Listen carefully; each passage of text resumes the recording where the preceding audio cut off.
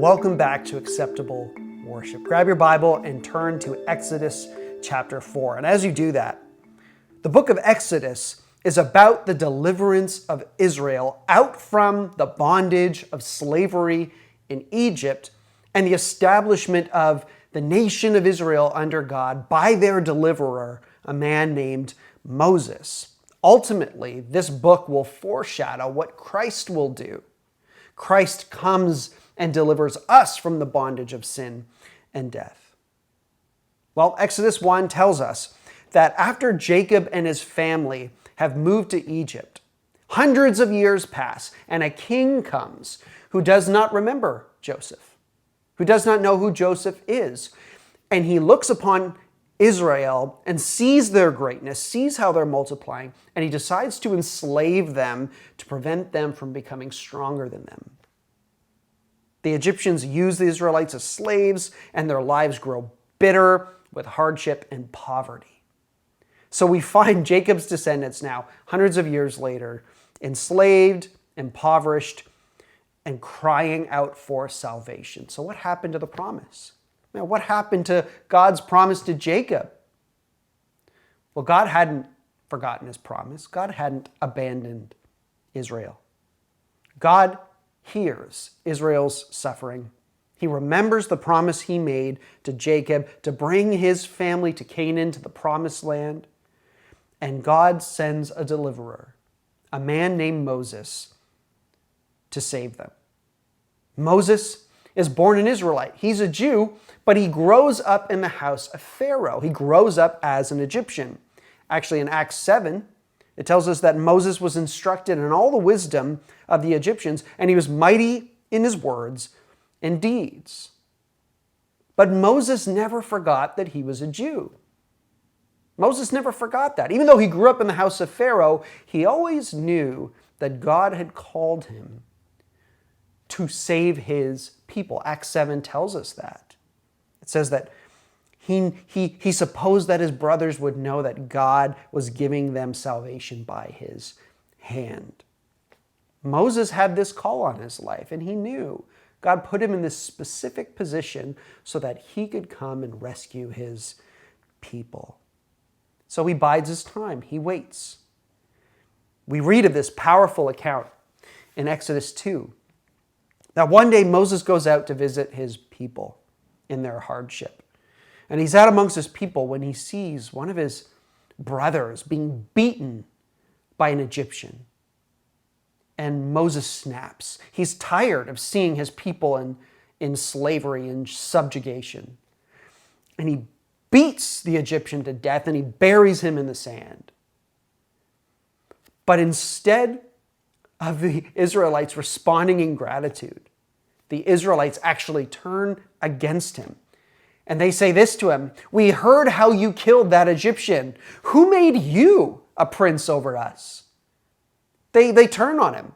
And Moses realizes not only is it very well known that he has killed this Egyptian, but his people have rejected him.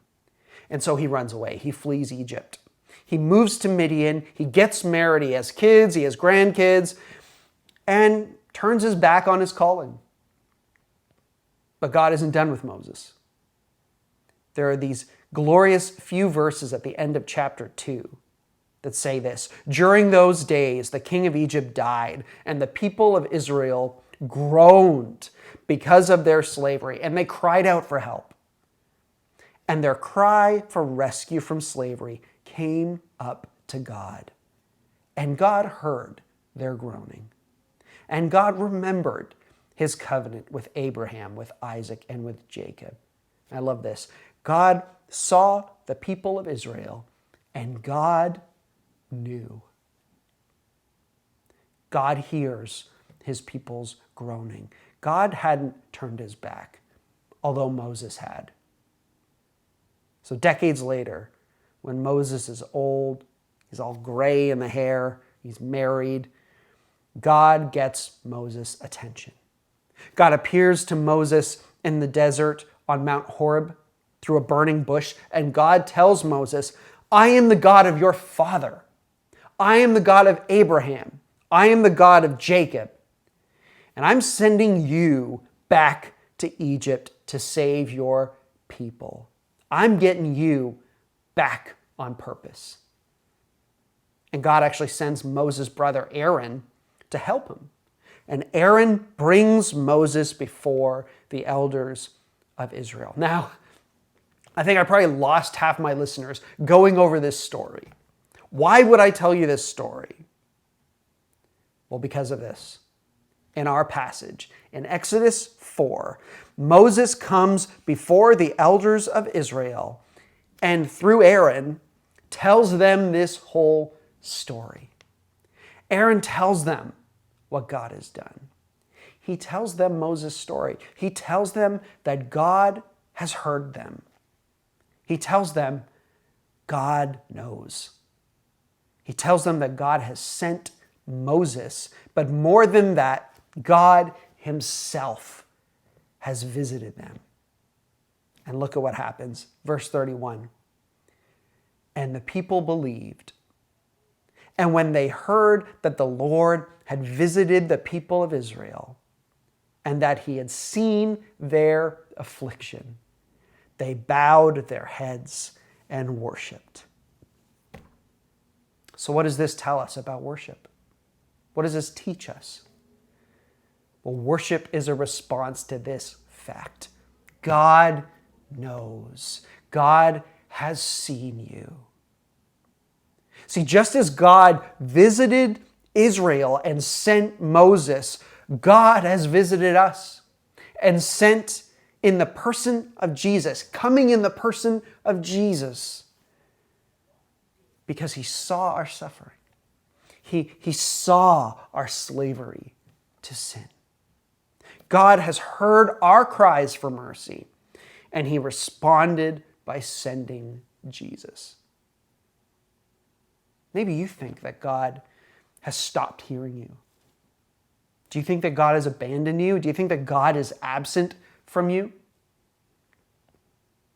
This is why I love what the psalmist says in Psalm 116. I love the Lord because he heard my voice and my cries for mercy. Worship is a response to God's great salvation. It's a response to the fact that God has heard our cries. When we are aware of the fact that God, the God of the universe, knows me, hears me, he has come to earth to die for my sins and to rise for my reconciliation to God. The only response is worship. That is right response. That is what we do when we gather. That is acceptable worship. We'll see you next time.